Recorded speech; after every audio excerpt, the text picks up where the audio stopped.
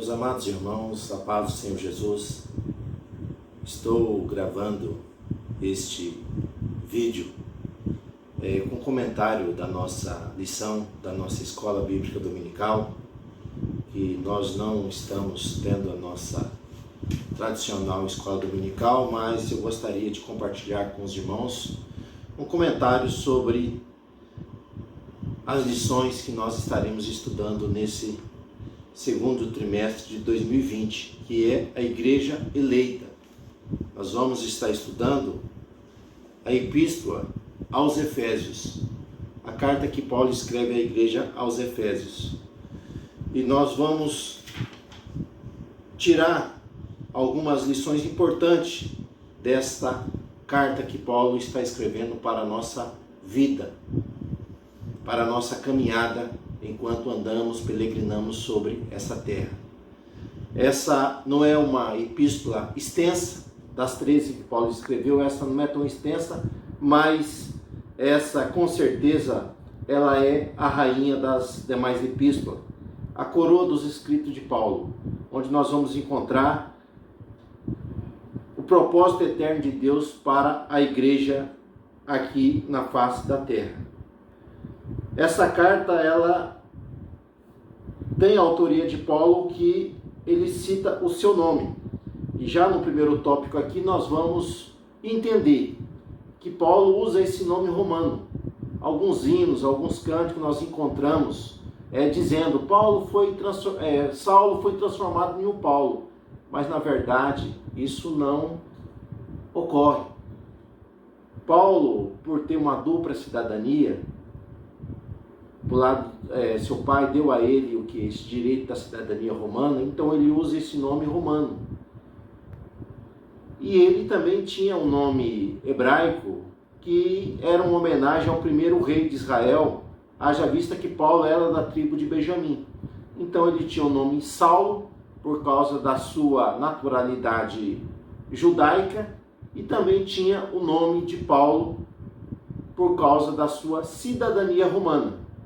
Nós vamos ver que Paulo, a sua assinatura apostólica, é o segundo item, nós vamos ver que Paulo vai fazer uso desse nome, porque como um cidadão romano, e logo o evangelho, ele sendo levado a todos os povos, isso vai dar a Paulo uma liberdade de entrar em qualquer comunidade, haja vista que o Império Romano, ele dominava o tempo antigo daquela época. Então Paulo vai facilitar dessa cidadania para que ele possa ali ter alguns direitos ali reconhecido no anúncio do Evangelho. Lucas deixa isso bem detalhado. Então a questão de Saulo ser transformado em Paulo não está correto dentro da interpretação bíblica. E nós vamos verificar que quando Paulo ele escreve essa carta, Paulo ele está preso em Roma. Entre o ano 61 e o ano 62, Paulo ele foi preso e foi levado para Roma. Paulo, quando ele visita Jerusalém, Paulo acaba sendo ali torturado, perseguido pelos judeus, aonde ele exige a cidadania romana. Ele é preso, fica 2 anos em Cesareia e ele vai para Roma, onde ele tem uma prisão domiciliar. E nessa prisão nós vamos ver que Paulo ele vai produzir. Então, eu não faço isso, eu faço aquilo.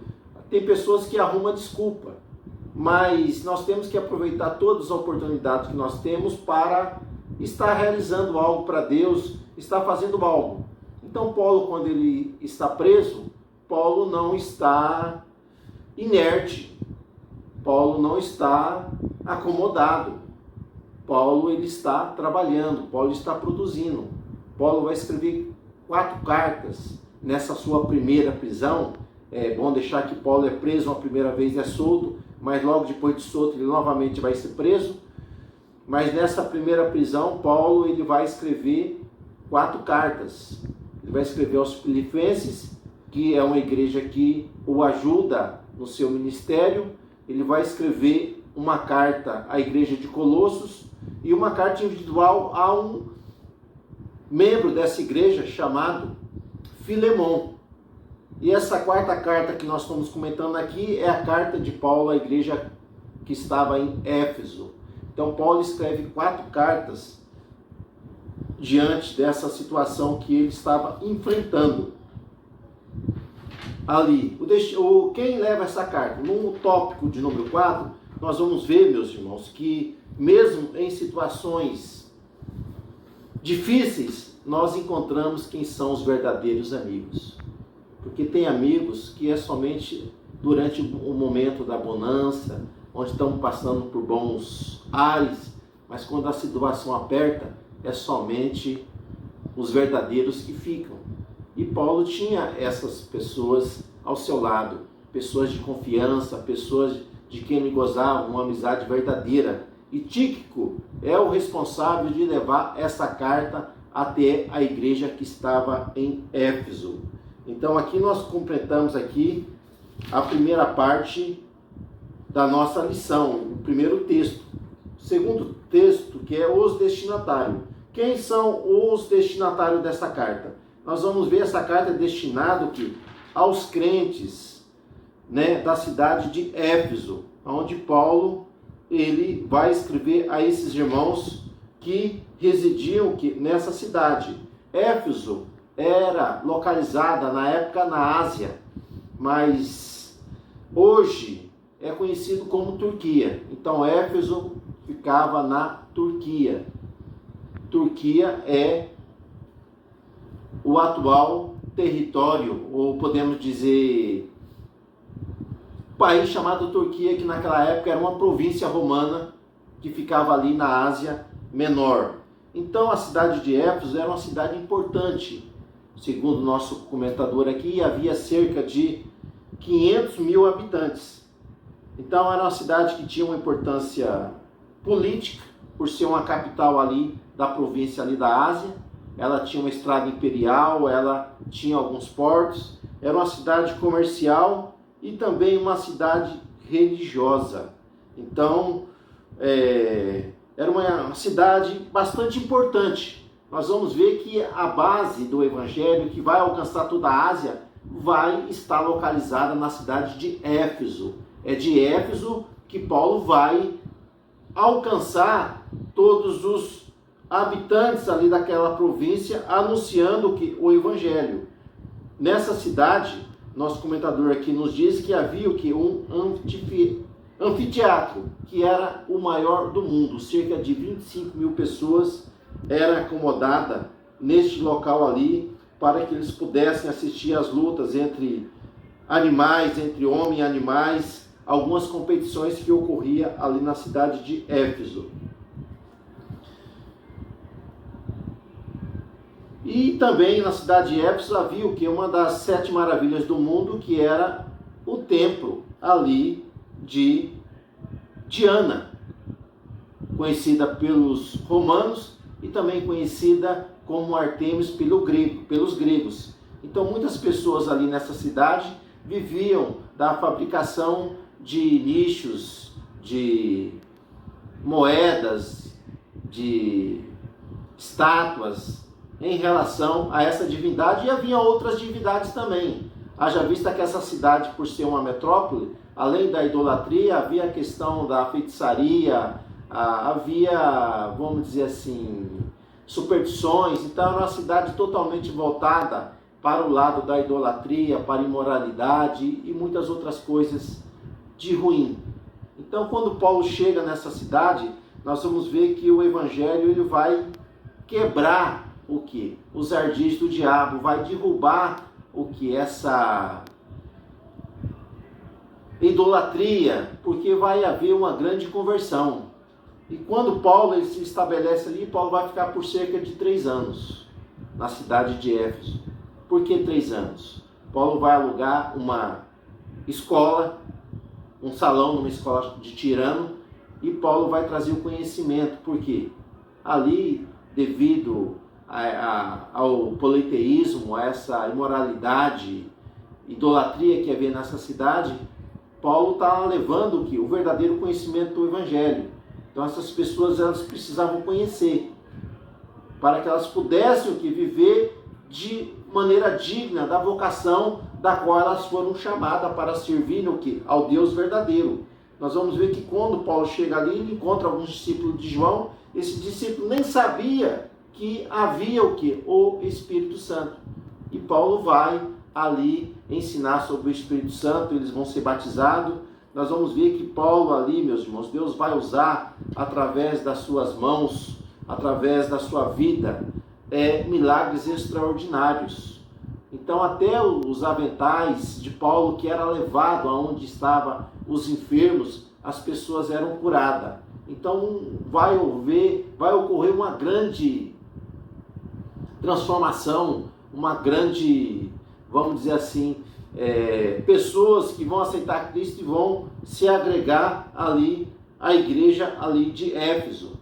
E nós vamos ver que muitas pessoas importantes vão ali passar pela cidade de Éfeso. Nós vamos ver Apolo, Priscila, Áquila, Timóteo foi pastor dessa igreja. Então é uma igreja que ela vai se expandir e vai alcançar toda a província ali da Ásia.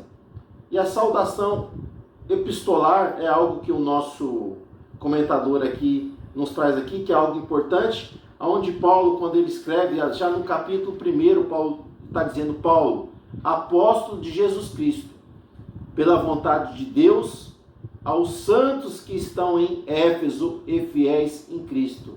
Então Paulo, ele é apóstolo não pela vontade dos homens, mas pela vontade de Deus. Deus foi que o levantou e o vocacionou para que fosse apóstolo.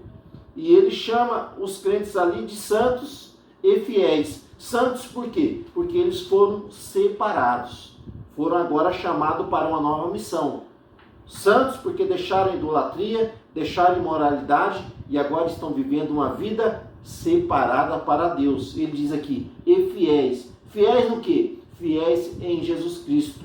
Eles são fiéis à sua chamada, à sua vocação de serem santos. Então eles estão vivendo de acordo com o chamamento que foi estabelecido para eles, para cumprir a vontade de Deus. E outra expressão que Paulo traz aqui, ela não é muito conhecida no nosso meio evangélico, porque geralmente a saudação, principalmente na nossa igreja, o pessoal fala a paz do Senhor, né? A paz de Jesus, alguns vão dizer a paz de Cristo, mas Paulo traz a expressão aqui no versículo 2, a vós, Paulo está dizendo, a vós, graça e paz da parte de Deus, nosso Pai, e da do Senhor Jesus Cristo. Então, a graça é o favor imerecido, não porque nós somos ou merecedores de alguma coisa, mas porque Deus nos amou, Deus nos chamou para estarmos o quê? Agora, nesta graça, no seu amor, sermos alcançados pelo seu favor. Então, graça é o favor imerecido. E paz, meus irmãos, é um estado de atitude que a paz ela não está relacionada com o ambiente, mas sim com a nossa intimidade, com a nossa confiança em Deus. Paulo está escrevendo, Paulo está preso, mas Paulo está dizendo que ele está em paz. E mesmo que a igreja esteja num ambiente contrário de paganismo, imoralidade, idolatria, perseguições, nós vamos ver que é possível ter paz, a paz de Deus, que excede a todo entendimento. Então Paulo traz essas 4 expressões que o nosso autor aqui do nosso comentário bíblico, ele diz, aos santos fiéis, graça e paz. Então nós aprendemos esses 4 termos, separados, fiéis, nós guardamos o princípio de Deus, graça, o favor merecido, e a paz, ela é independente do ambiente que nós estamos vivendo, é possível alcançar a paz. E o propósito e a mensagem dessa carta.